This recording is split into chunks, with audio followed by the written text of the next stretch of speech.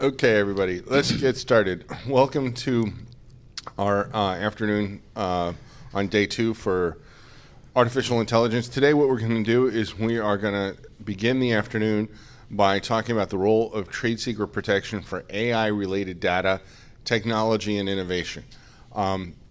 This is a CLE panel. If you're interested in getting CLE credits, the materials that support the CLE that we've applied for are on the panel page, and you can access them and download them right there. So let me begin by introducing the speakers, and we'll start from the audience's left to right.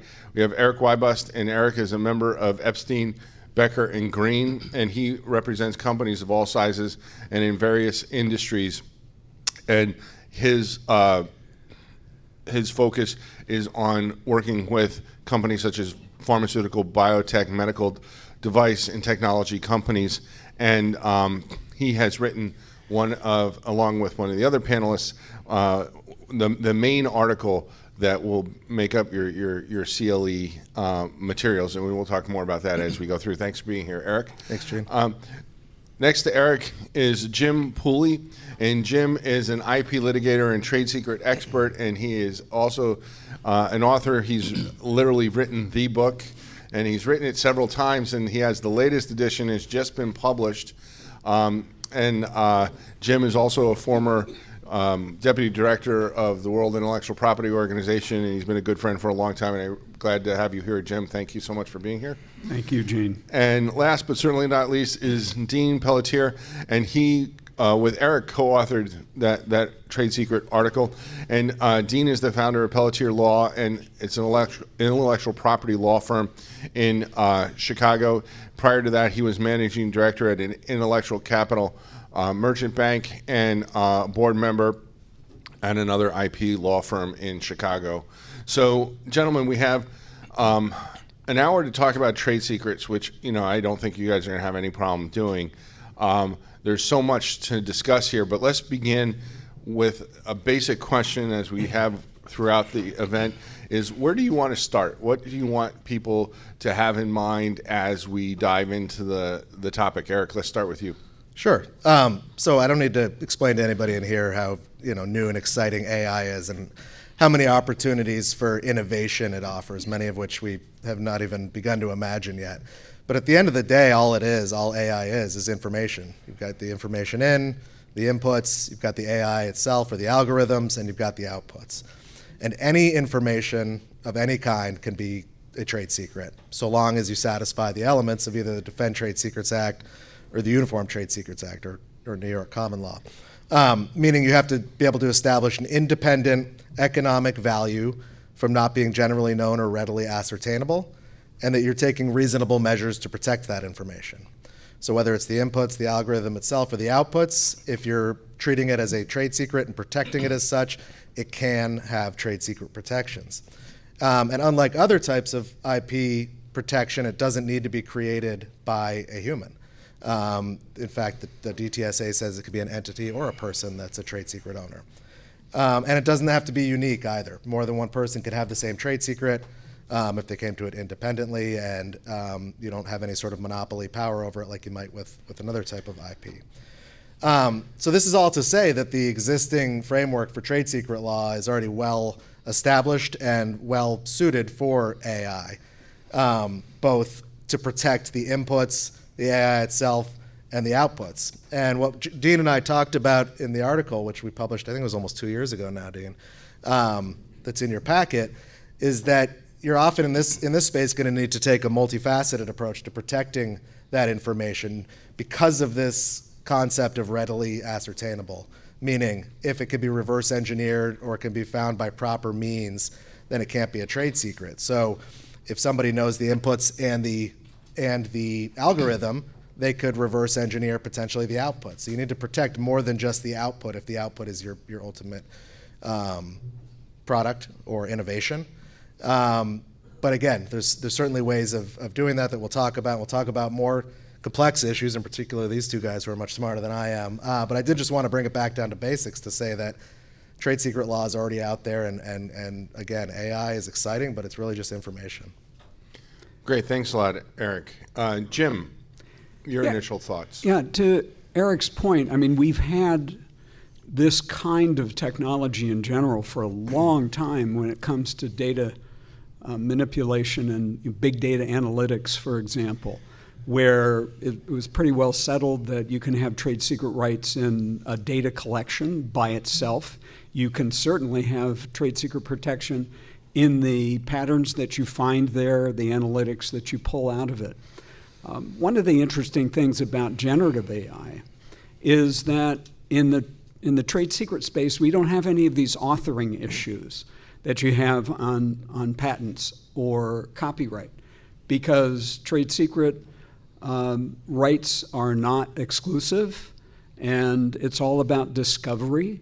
And so you can have 2 or 3 entities having the same trade secrets, perhaps not aware each that the other has it, but getting some level of advantage from exercising them. And just the only other point I wanted to make at the beginning was around this notion of ready ascertainability. There's a lot of fear around the use of generative AI, in particular in the workspace, and what additional risk that represents to the information, the confidential information that the company already has, with people sending out prompts that can suggest information that shouldn't go outside the company's walls. And a lot of the stuff that I do has to do with analyzing whether reasonable efforts have been undertaken. And the jury is still very much out on this issue of ready ascertainability with that kind of an exposure through a Gen AI prompt, because how easy or not it would be to extract the trade secret information from wherever it goes, assuming that it is digested into someplace beyond the control of the company. We don't really know yet, but it'll be an interesting question that I think is going to be coming up from time to time.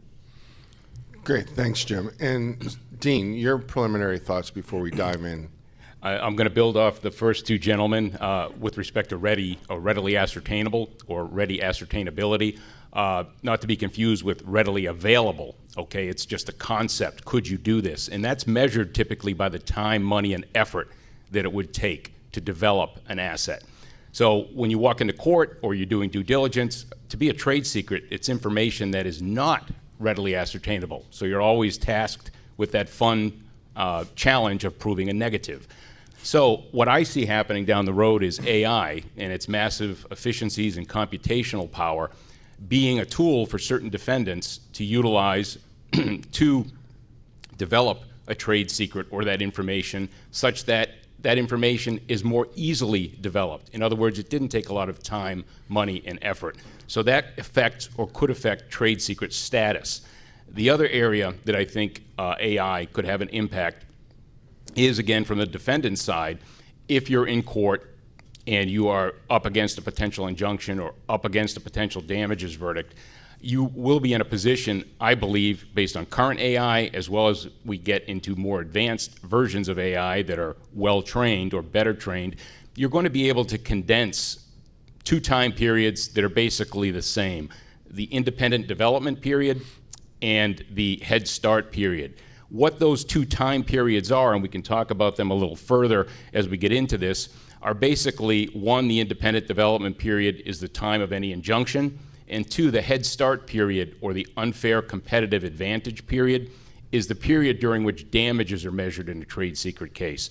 So if I'm a defendant, I want to shorten both of those time periods. And I'm going to say that in 2024 or 2025, when and if I'm sued, that I could have developed that trade secret in a much shorter period of time than it took the plaintiff in 1985 or 1995 or 2005.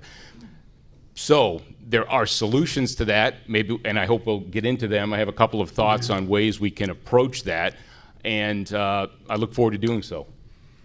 Great, thank you. Yeah.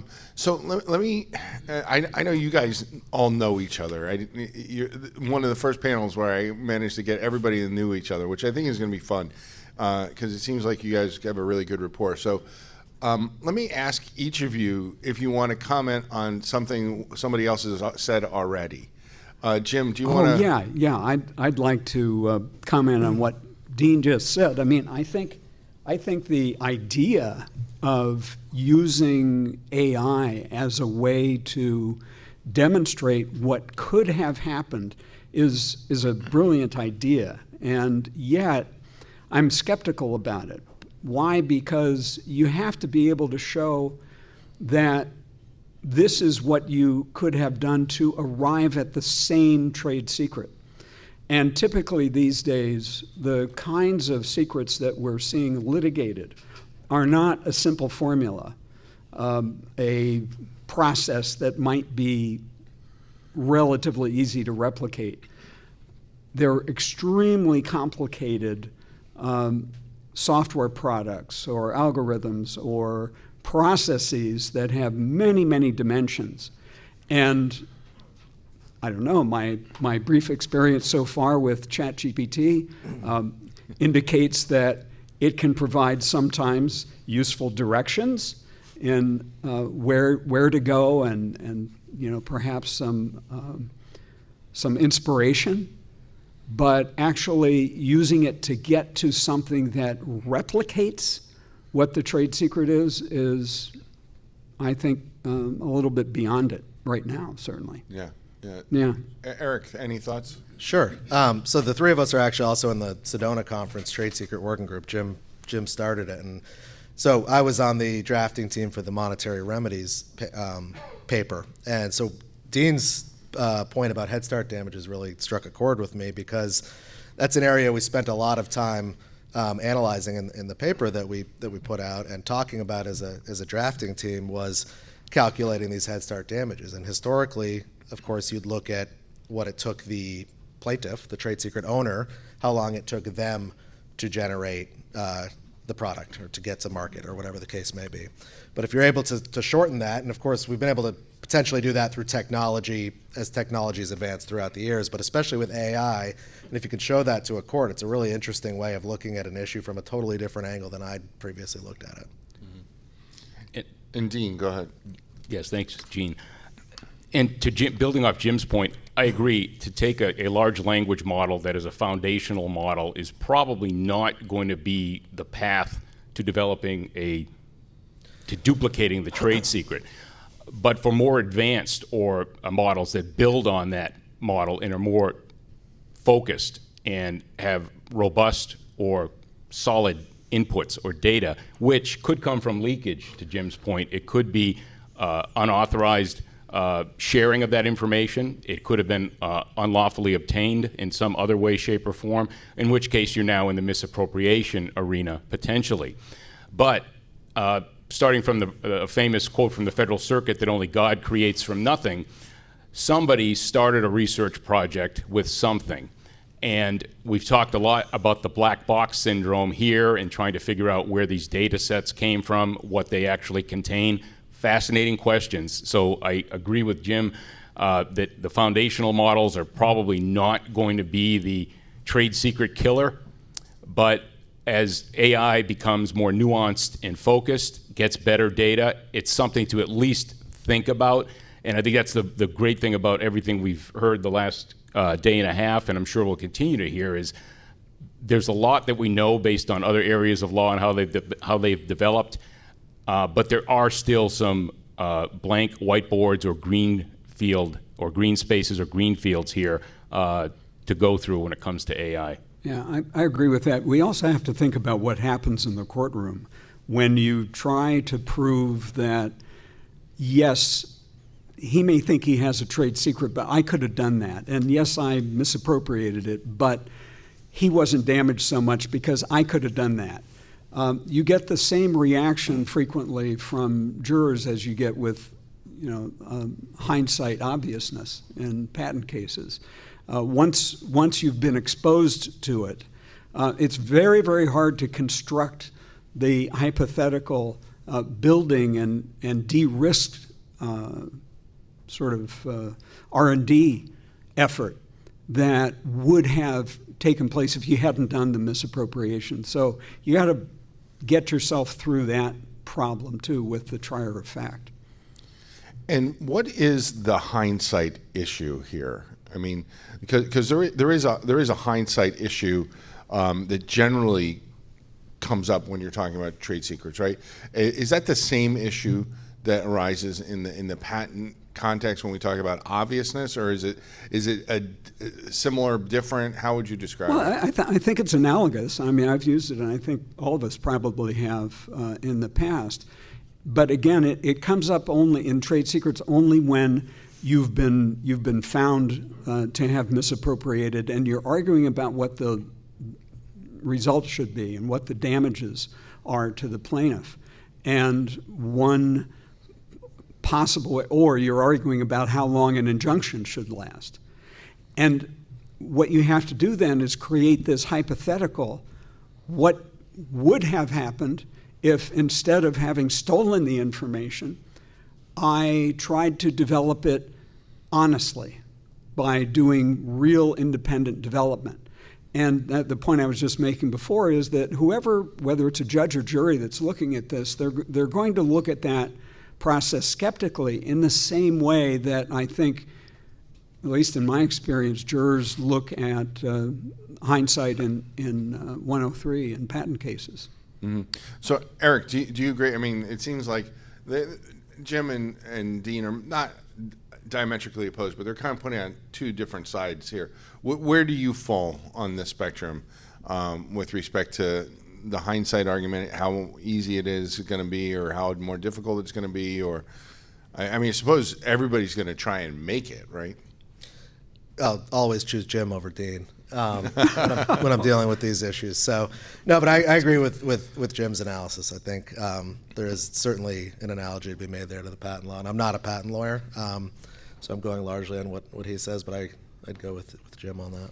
So, but now there is and maybe I don't understand it exactly, but it seems like there is a slightly different but related concept when you're talking about can it be a trade secret at all because everybody's information is now out there in the generative AI world? Is that related to this, that we would have come up with it anyway and it would have been quicker because of the tools, or are they different? Yeah, if it's really short. Yeah. If the time is really, really short, like a day or two, I could have pieced this together from information that AI now tells me is there. But that's the difference between this kind of reconstruction of a path to discovery on the one hand, and ready ascertainability, which Dean was talking about before. Mm-hmm.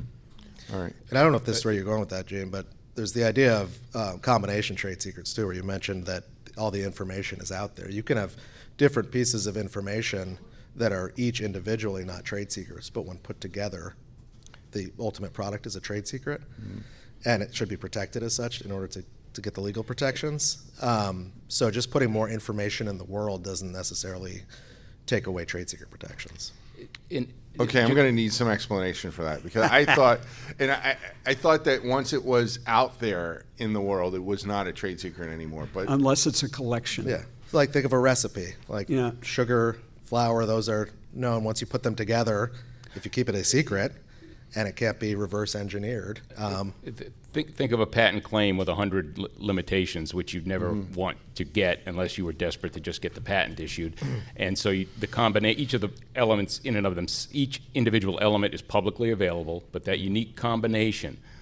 So it is with culling data. If you're input, to tie it back to AI, if you've got a data set and you filter it and you manage it in a certain way, that technique to get you to your inputs, the information originally was all public, but you've now transformed it into a unique input or set of inputs or sub-inputs or however you want to describe it, and you've now got something unique, even though what you started with was publicly available data from the internet.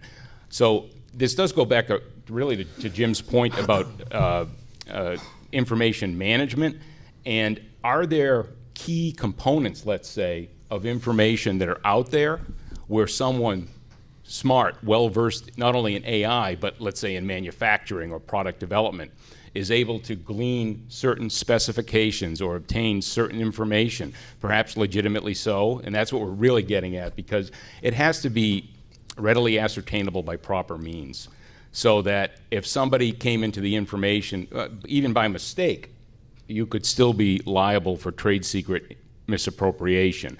So there really is a management question here for how tightly are you recognizing your key assets, and how tightly are you holding them close and prohibiting people from getting access to them, because once they get access, the chances are they're probably going to share it with someone either at a trade show or up through ChatGPT or some other commercially available AI model.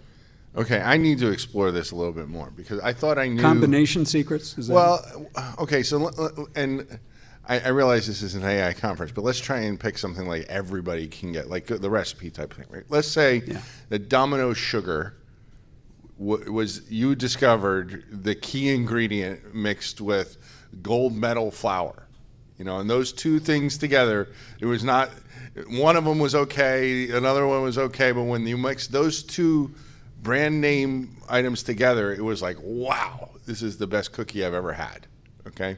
There you go. Okay, so that is a valuable business secret. It will remain valuable as long as it's secret and not generally known, right? Okay, so now where it starts to break down in my head is, so if that information is out there, gets out there into a generative AI tool for whatever reason. For example, people are putting, somebody that works at your company puts it on a chat board, and then that chatbot database gets licensed by Google to train or whatever. Okay, well now it's beyond your control. It's out there in public.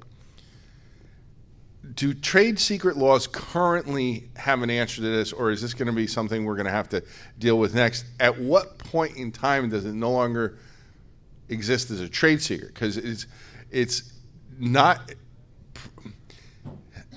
I'm struggling with the concept of generally known, because clearly the generative AI knows it, and if you ask it the right prompt, it will give you the answer, assuming we get past the hallucination. I mean, I'm talking, in a couple of years when we get all that sorted out, right?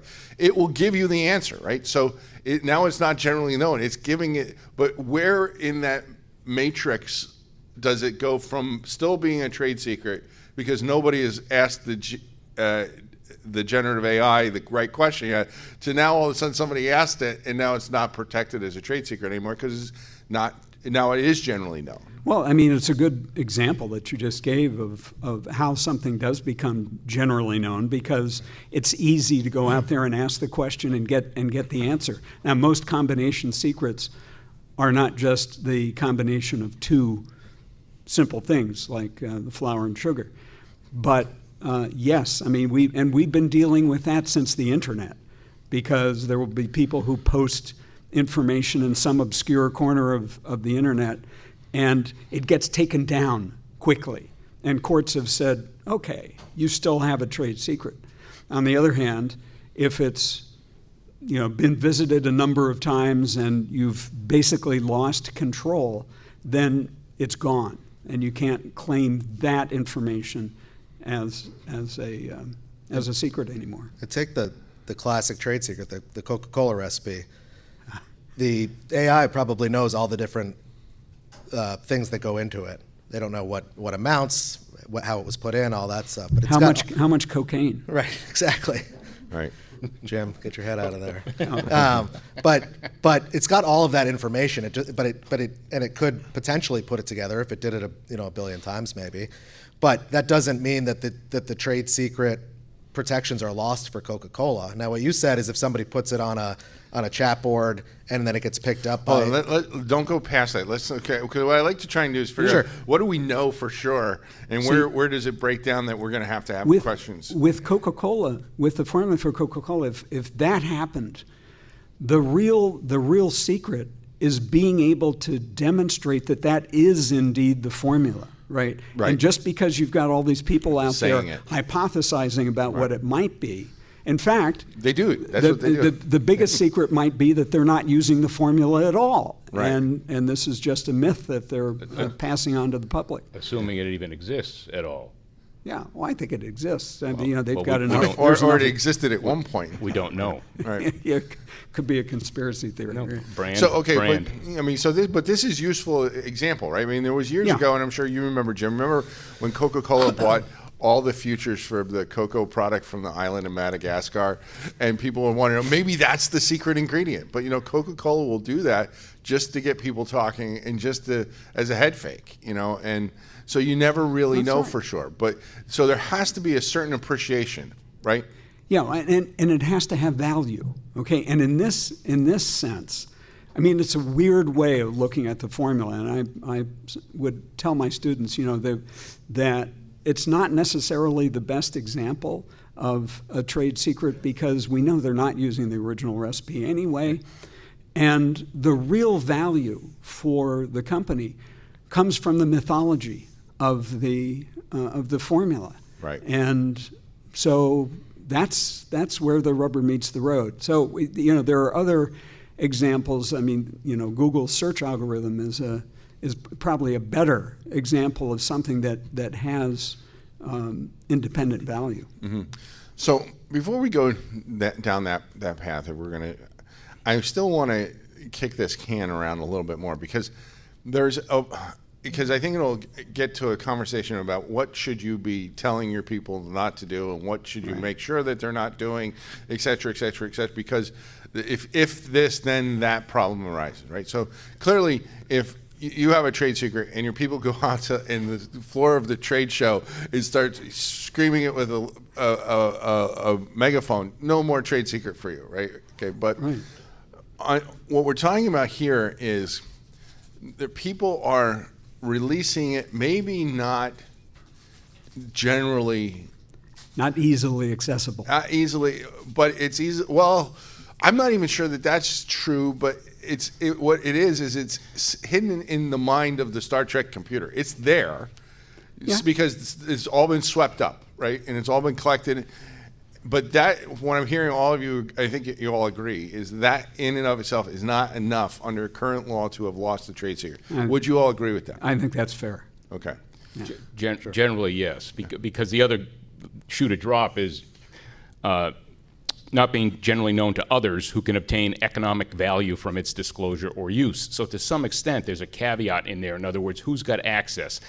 You often hear about public disclosure. Very rarely is that the case. It's usually disclosure to people who are not in a confidential relationship, employer-employee, company-vendor, or don't have a contract with the trade secret owner. So publicly available is never really the concern. To your point about the megaphone, if that happens, yeah, you're pretty much swimming upstream at that point. And because you just told everybody in the industry who would appreciate what you've said, right? Yeah. Yes. Okay. But just because you've one of your engineers has assembled a particular prompt and put it out there that depends on information you don't want to be out there, doesn't mean that you've lost control over the information. Because you just have to think about how hard it would be to extract it. Okay, so now, at what point in time, once one of your engineers goes to Reddit and posts something sensitive, and even if nobody read it, nobody saw it, but then that gets swept up into the training data, and it's where or when or what facts would the trade secret owner need to be concerned about? I guess I'm looking for that moment in time, like the conception moment, right? The moment that you've lost the trade secret. It was this, now a millisecond later it's not that. When it would be easy for your competitor to figure it out and go get it. Okay, so, and I'm struggling with this because it seems to me that may never be the case because they may not ever, through the prompts, realize it's even yours. That's right. Gene, to your point, that I'm big on drawing the patent analogies as well, and I do think it's just as if you were to go to the patent office, you apply for your patent issues. There was certain prior art cited by the examiner and by you in your patent issues. Then you get involved in litigation, and lo and behold, there's some dissertation that's found that was deemed publicly available. Nobody was aware of it, but all of a sudden your patent's invalidated. It is a similar walk through that process, not only in litigation, but I underscore because there's some really great panels on the business side of AI and IP, but also in the due diligence context. These very same issues are going to come up. And when you're valuing the trade secrets, and so many companies don't do it, and one other thought I have, which is a whole other topic perhaps, is there's information overload, and it causes a great deal of inertia. So the very problem you're describing, oh my God, what did we upload inadvertently or intentionally, is largely a heartburn moment because a lot of companies have a lot of data and they have no idea what data they have and what is actually a trade secret and what's not. And where it's been going at night. This brings up, Dean's point brings up another really important issue that we're going to see a lot more, which is AI activity as part of discovery and litigation. In other words, what you've been allowing your engineers to do using AI tools is going to be something that people will want to be looking at in cases. I mean, we're already drowning in electronic discovery, and this is going to add another dimension to it. So, okay, so, all right, so now let's move on to, because there may not be that magic moment that I'm looking at. Facts matter, right? Right. And, okay, so. It may sit there for years and right. years and years, undiscovered. Okay, so, but now what, because if you, and I know I haven't been involved in trade secrets like you guys have. I was in a couple cases earlier on in my career, and I argued in front of a judge. I said, just tell me one. Give me one example of one thing that you did. You know, because we were saying it wasn't a trade secret. It was a corporate divorce is what it was. Small held corporate divorce. Patents were involved. The founders broke up, that sort of thing. And the other side was saying, well, you took the trade secrets. It was like, well, give me one. I said, give one example, just one, anything that you did to keep this as a trade secret. And they couldn't, not even one, which I was surprised. They couldn't even say it was password protected, but you know, there was nothing, right? So what does someone have to do? Because if you've done nothing, then it can't possibly be a trade secret. So what should you be doing in the AI world where your engineers could just go to Reddit, post something unknowingly, and it gets sucked in, and now it's no longer in your control? What's the best practices? Well, this goes to the element of reasonable efforts or reasonable measures to protect its secrecy, which is you have to be taking, like you said, for it to be a trade secret. And those are going to vary from industry to industry, from company to company. A mom and pop's not going to necessarily have to take the same steps as a defense contractor is going to have to take. But when you're dealing with the situation that you described, you know, the vast majority of misappropriation is done by insiders, so employees, vendors. It's not the foreign actors and the hostile actors that are hacking in, although that, of course, happens. So you need to be taking reasonable measures with the people who have access to this, which could be as simple as confidentiality agreements or policies, non-compete agreements, other types of restrictive covenant agreements, password protections, all the way up to much more stringent cybersecurity measures. So again, it's gonna depend. But if you're dealing with employees, there's a million things you can do. Same with vendors, making sure there's NDAs put in place, making sure that they maybe come to your site to work on it only, and they can't take it off site. Disabling certain capabilities on the computers, only letting them see portions of it. Obviously, there's business needs that go into that, and it's never going to be perfect, but it doesn't have to be perfect. It just has to be reasonable under the circumstances. Mm-hmm. Yeah, Gene, the whole issue of reasonable measures and your ability to stand behind and hold your trade secret boils down to something we've heard about here earlier today, and that's risk management. It's all about what is the risk of something like that happening, and is there something we can put in place that would reduce that risk? And so here we're talking at present about what seems like a very hypothetical and distant bad thing to happen, that the information that's inherent in the prompt will go out somewhere and get lodged where it may or may not ever be found.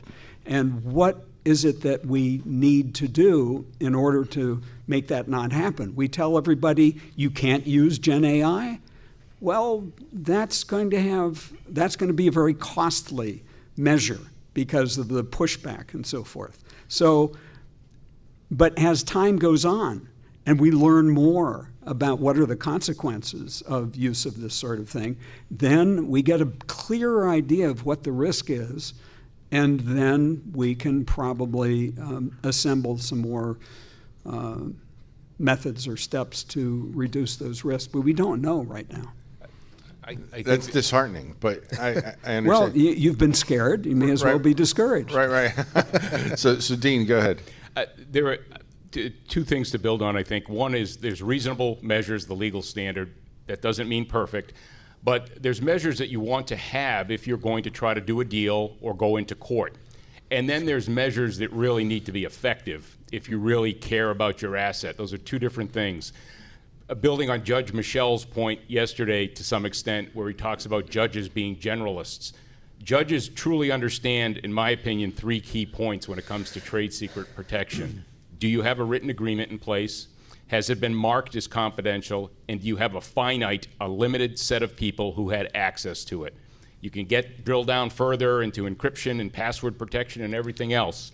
Those are not musts because every case is different, but if you don't have those, you're going to be in a world of hurt. As far as effective measures, I would build on Jim's point and Eric's point about need to know access and risk management. It really is two asks, one of which I think is probably never going to happen for a sizable company like a defense contractor, and that is know what assets you have, information assets. Big ask can be done, but a big ask often met with a stop sign by most companies.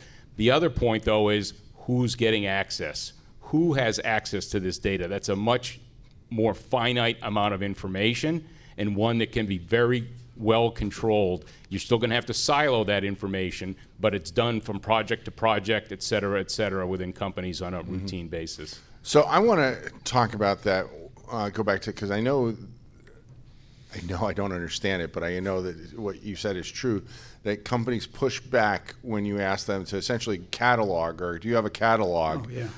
And to me, I don't get it. I mean, because I think I understand what the hurdle is, well, if I catalog and I have something there, and then something else is not cataloged that I wind up being really interested in, the argument's going to be, oh, well, I didn't put it on my list, so therefore it's not a trade secret, right? Okay, well, that's sort of like, I feel that way, the same way about that as I do about, remember back when there were certain companies that would say to their engineers and scientists, you can't read patents. Don't read patents. Yeah. Like, well, how the hell am I supposed to know what's going on in the industry? I mean, I could read journals and everything, but the Patent Office has literally terabytes of data that is free and accessible and information.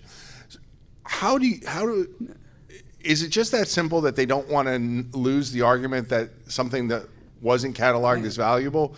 And it seems like there's two concerns. There's one is trade secret. Is it trade secret? Is it protected? And two, why am I doing it in the first place? Is to get a business advantage. If I don't even know what I don't know, how do I succeed? So I guess I want to maybe move the conversation to, we've talked about the trade secret part. What about the business part? What about what should businesses be doing as best practices to protect their secrets? Yeah, well, you can kind of understand the concern, right? Because first of all, I think behind this, although they'll say, what I'm really worried about is that I'm going to miss something, right? And then it's going to be held against me. Well, there are ways to address that. You can put caveats into the system and so forth. I think what they're really worried about is that you're asking them to boil the ocean or count the grains of sand on the beach, that this is just overwhelming.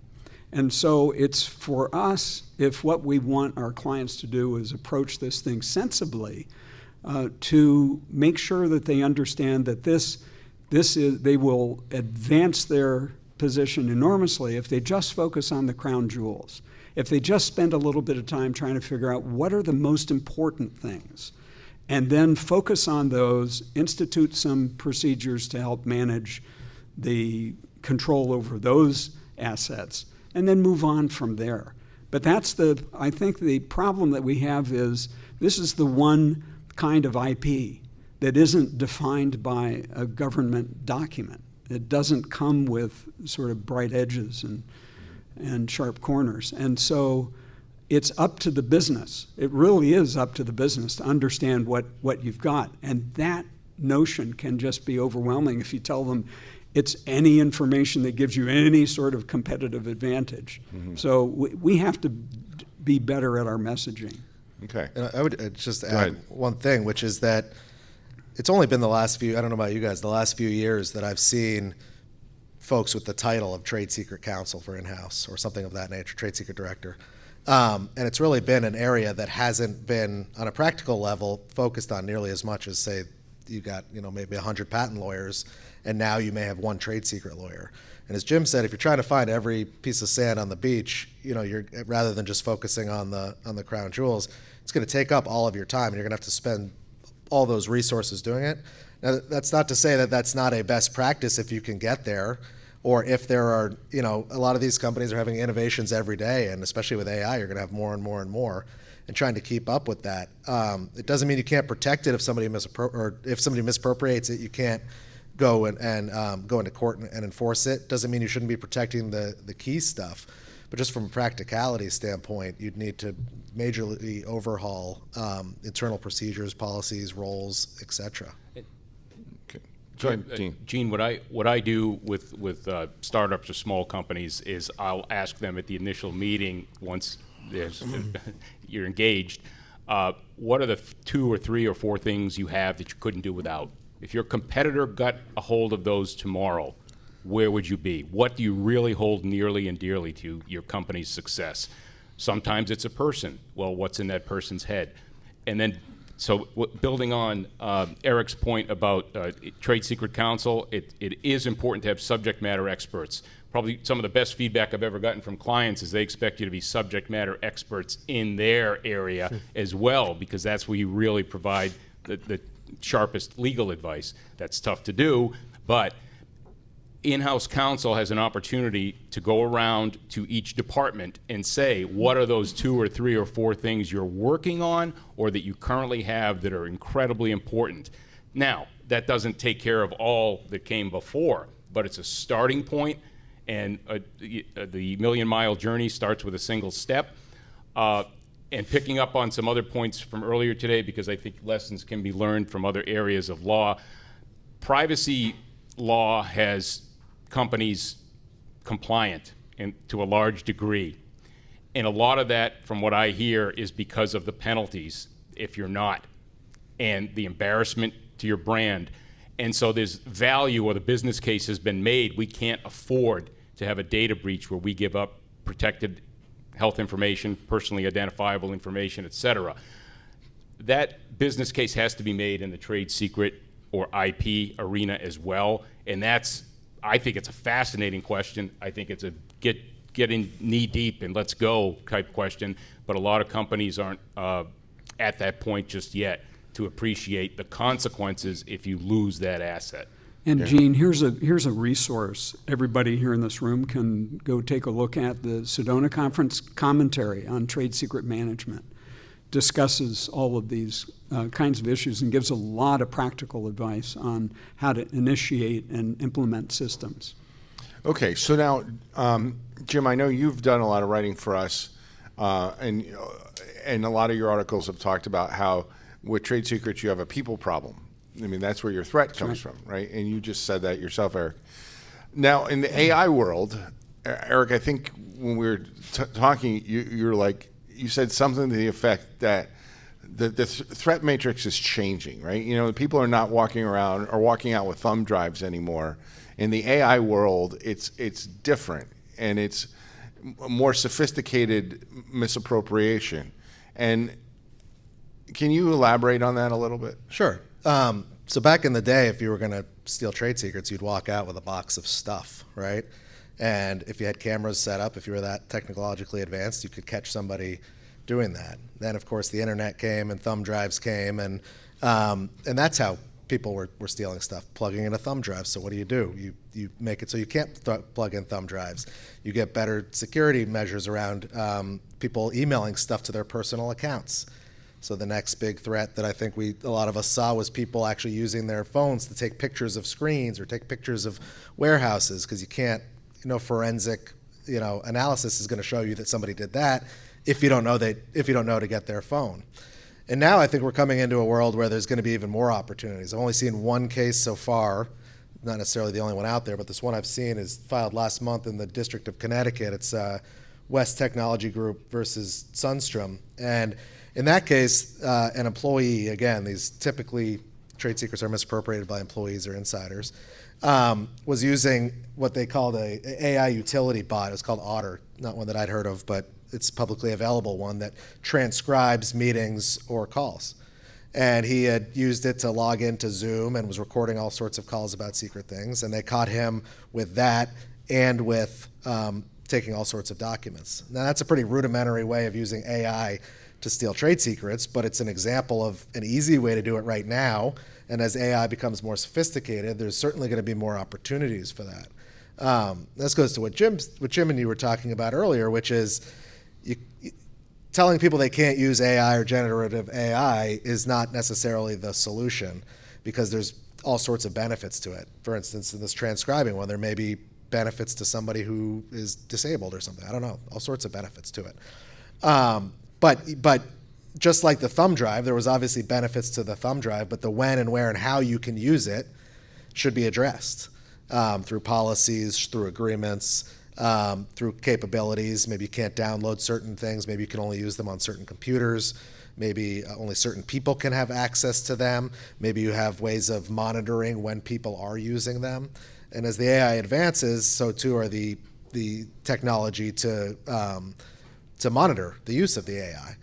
So again, it's all kind of a continuation of what we see since the days of people walking out with the boxes. It's just becoming more complex, and as Jim said, it's going to lead to more discovery ultimately, which is going to make all of our jobs a lot harder and more expensive. So let me ask you guys. I don't know whether you were.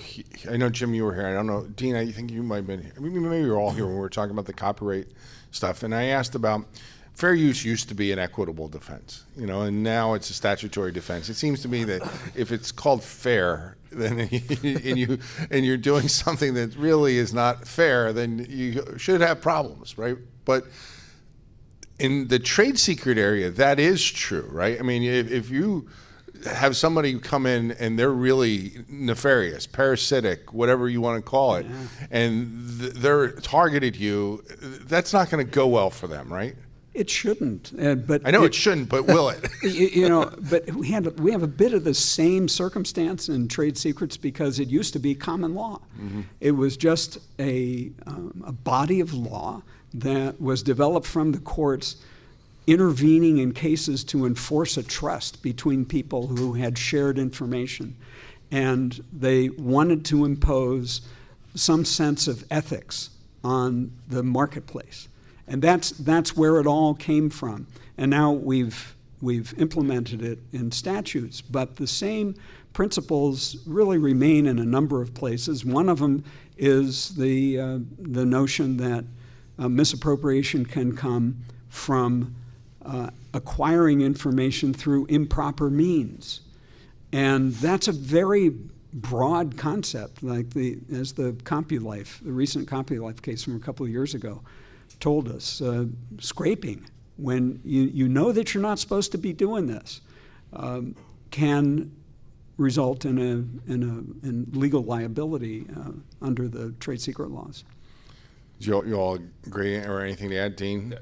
The only thought is, and I know nobody in the room wants to hear it, especially if you're in-house and talking about contracts and adding more provisions, but to Jim's point, I think that you can garner, because most misappropriation occurs through a devious insider, former employee, you can try to stem the tide there with a contract that specifies and you renew those obligations, or during a sit-down or evaluation on a periodic basis, to help plant the seed to try to get good conduct as a standard throughout the organization. It may sound a little corny, but if you plug one hole doing it that way, you may have one person who stays behind, doesn't leave. You may have one person who stays behind and says, I don't think the former employee gave you back everything that he should have, or was doing something he shouldn't have. Just a slight comment on that. I mean, I do agree. Of course, a lot of surveys have proven that the vast majority of losses or contamination occur because of insiders. But I don't think it's because of devious insiders. It's because people are careless and because they don't know frequently. I mean, you look at some of these surveys and you find more than half of the software engineers saying, oh yeah, if it's something that I worked on, then that's something that I'm entitled to take with me. Now, part of the problem that we face is that we haven't engaged in sufficient training for people to understand exactly what their obligations are. And I think if we did a better job of that, then a lot of the issues would dissipate. Well, and this also brings up the issue about non-competes, right? I mean, like if you worked on this as a software engineer and what you're taking and walking away with is in between your ears, in your head, okay, that's fine as long as you didn't sign a non-compete. But well, now the FTC wants to do away with non-competes altogether, and yeah. Welcome to California. Yeah, I mean, so what is that going to do in this AI age? It's going to do nothing because the FTC rule is unconstitutional, and it's going to be shot down by the courts and the Supreme Court. No offense to my FTC friends in here, but look, the states, like the FTC doesn't have the authority to do it. I don't think it'll ever go into effect. The other agencies are trying to do it. The states are trying to at least limit non-competes. The only state that's done so in the last 100 years is Minnesota, but others may go that way. And it's certainly, in my view at least, a proactive measure when used correctly and properly, and not abusively, to stop somebody from misappropriating your trade secrets. Because like you said, it could be in their head and they're not going to have the opportunity to use it, as opposed to if they've already misappropriated it, sure, you're left with, you can get an injunction, you might be able to get damages, but it's not, that's reactive, not necessarily proactive. I agree with Eric about what he's just said. On the other hand, most of the people who are running companies, IP programs and companies that have an impact, they're preparing for the day when non-competes go away.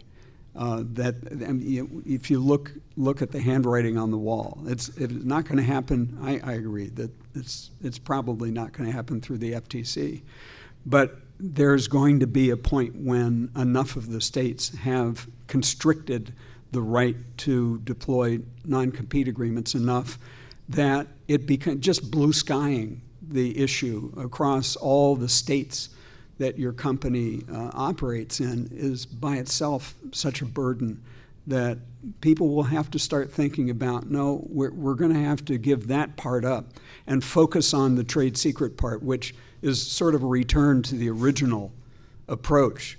There's a trusted relationship here. And what can we do to make sure that the people who are in it understand what its dimensions are and what their obligations are? And I would just piggyback on something that Jim said earlier as well, which is, and I agree, I've had clients doing the same exact thing. But look, you can have all the agreements and the policies in the world, but if the employees don't know their obligations or don't care about them, then it's not worth the paper it's written on. So that's why training is so key. And somebody said in an earlier panel talking about a culture, and in this case, a culture of confidentiality, not just this is the rule, you must follow it, but here's why we're doing it. Here's why it benefits us as a company, you as an employee, potentially you as a shareholder. And that's whether you have non-compete agreements, non-disclosure agreements, non-solicits, policies about when you can use AI, explaining to the employees, we're not doing this to make your jobs harder. We're doing this for these other reasons that actually benefit you. And getting them to think like that, because as Jim said, most people aren't stealing trade secrets and sneak it out in the night. They just don't know their obligations. They make stupid mistakes. They think it's theirs. They want to make their next job easier, so they take a form, but the form happens to have a formula on it or something. Mm-hmm. So regardless of what happens with non-competes, employees need to know what their obligations are and why. Yeah, I mean, it's true what he just said. I mean, I just want to emphasize the point, because been in hundreds of trade secret disputes. Every single one involves somebody doing something stupid. Yeah. So we're down to the final 3 minutes here of the panel. So what I'd like to do is kind of wrap things up with final thoughts. So if there's one thing that people take away from this conversation about trade secrets in the age of AI and what they should be doing, or what the risks is, or what they should know, what do you want them to leave today remembering? I'll start with that. I'd say don't overreact. There are laws in place to protect trade secrets that apply nicely here, as I said in my opening remarks. And there are certainly things you're going to want to do as it advances to make sure that your information isn't being exfiltrated using AI, that you're using AI to protect trade secrets, but you don't have to overreact and just say we're not going to allow AI at our company because there are risks with it. You need to be thoughtful about it. That's what I'd say. Great. Thanks a lot, Eric. Jim? Yeah, echoing what Eric said, I would emphasize that the message to our clients needs to be, this is not hard, and it is really no different than classical risk management applied to the situation that you see in front of you. And that situation will be dynamic. We can expect that with AI. But the principles that you apply to how you react and how you manage all of this are really the same. Great. Thanks a lot, Jim. And Dean, the final word goes to you. Thank you. Mixing and matching the European and current American buzzwords, transparency, traceability, and explainability. Think about how those terms are going to impact your asset management to determine what you will have to produce to a regulator, because that then may imperil trade secret status. And what you do not disclose or do not need to disclose may be those key assets you should start thinking about as the 3 or 4 must-haves going forward to build up that trade secret portfolio. Great. Thank you very much, guys. That's a great conversation. Thanks, Jim. So I'd like to ask Jim to stay on the stage. Dean and Eric, if you could just, and if you folks could give me just 5 minutes before you leave, we'll give you a full break. Renee, I want to call her up for a minute. Already here. Well, thanks. I just needed a second. Okay. So Jim doesn't know what's going on here, and this is sort of the way that we've kind of been doing this. It's not letting our friends know that we're going to ambush them. And by ambushing, Jim, what this is about is a few years ago, I decided to start our own IPWatchdog Hall of Fame, and I've been trying to get you here for a while to do this, and I'm really glad that you're finally here, because Jim is the leading expert on trade secrets in the world, I think. When I say he's written the book, he's written multiple books, he's influenced people, he's done this his whole career, and there's nobody really else that I can think of deserving as a spot in our Hall of Fame than my friend Jim Pooley. Wow. And we have a hand-drawn picture of Jim, and Renee will present Jim with the flame. And this, when we found this award, it's just perfect, because this is a handmade award, and the flames, if you look at the others who have gotten them, are all just slightly different because they're handmade. So you really are one of a kind, and we cherish your friendship. Thank you for all that you've done for the industry, and welcome to our Hall of Fame. Thank you.